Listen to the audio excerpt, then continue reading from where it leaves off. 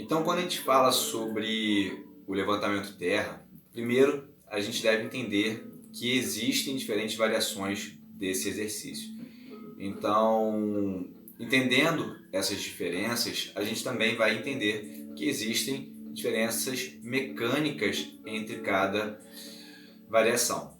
Então, eu vou dar dois exemplos aqui para vocês e dizer, né, o porquê que eu prefiro uma das variações para quem tem, por exemplo, alguma dor lombar. Tá? Então, duas variações, né, que são bem comuns na academia. Uma delas é o stiff. Então, vou tentar utilizar essa treina aqui para a gente entender esse exercício. Tá? Então, aqui a gente teria o seguinte, tá? Vamos supor, né, que aqui fosse, por exemplo, os seus pés. Óbvio que a proporção está diferente, né? O pé está bem grande aqui.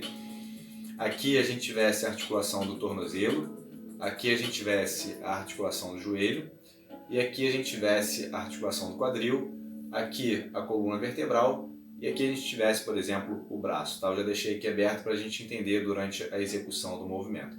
Então, por exemplo, o stiff deadlift, que é com o joelho totalmente estendido, a gente vai ter basicamente a flexão do quadril. Então seria esse movimento aqui.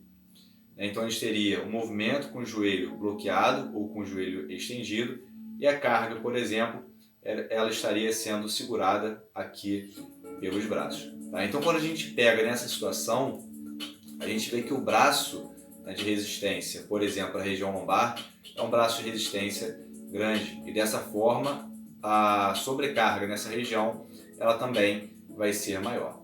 Tá? Então, para quem tem dor lombar, eu dificilmente, tá? Na verdade, eu não prescrevo, tá? Nem dificilmente, eu não prescrevo, tá? Entendendo que esse braço de resistência para a região lombar vai ser um braço de resistência grande. E obviamente também outra questão importante é pensando no tecido facial e pensando, por exemplo, nos tecidos moles, né, que passam por essa cadeia.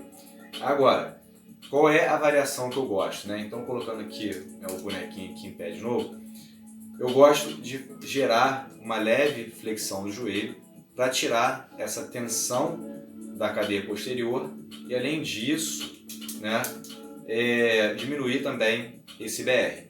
Então, quando a gente pega, por exemplo, a diferença, né, do stiff para essa variação do deadlift com o joelho mais flexionado, a gente tem aqui um menor BR. Então, essa leve flexão do joelho, né, durante a execução do deadlift diminui o BR para a região lombar e, além disso, também tira um pouco dessa tensão da cadeia posterior. Para pessoas que têm dor lombar, eu prefiro essa variação. Tá? Então, olha a diferença. Né? Aqui a gente vai ter o stiff deadlift com o joelho estendido, né, que a pessoa faz esse movimento aqui. Então, ela vai começar aqui e faz esse movimento. Então aqui a gente vai ter um determinado BR e uma tensão nessa cadeia posterior. E a outra variação que eu falei para vocês é com o joelho aqui levemente flexionado. Então olha a diferença, né, das variações. Né? E isso aqui é interessante por dois fatores, como eu disse para vocês. Primeiro, para reduzir esse BR. Tá? Então a gente poderia até, né, passar essa carga um pouco mais perto aqui, que fica mais difícil de representar aqui na treino, mas existem variações que a gente consegue, né, ir diminuindo esse BR. Então, quando a pessoa, né, vai realizando esse movimento, né, a gente vai vendo aqui, ó, até mesmo para a pessoa pegar, né, o objeto do solo. Então, existem formas da gente realizar esse movimento que a gente diminui, por exemplo, esse BR e, de certa forma, diminui essa sobrecarga da região lombar. Tá? Diferente dessa posição que eu falei para vocês, quando a pessoa vai pegar algum objeto no solo e ela não usa, né, por exemplo, não distribui entre joelho e quadril, e ela vai pegar, ela gera aqui, né, uma sobrecarga muito grande na região lombar e um BR muito grande também, porque ela vai pegar o peso aqui, né, do solo. Então, uma sobrecarga muito grande vem para a região lombar. Tá? Só para a gente entender aqui mais uma vez a diferença, né, dessas variações. como a pessoa fosse pegar aqui, por exemplo, o objeto do solo. Olha que diferença, né, em relação ao braço aí de resistência e a sobrecarga das articulações.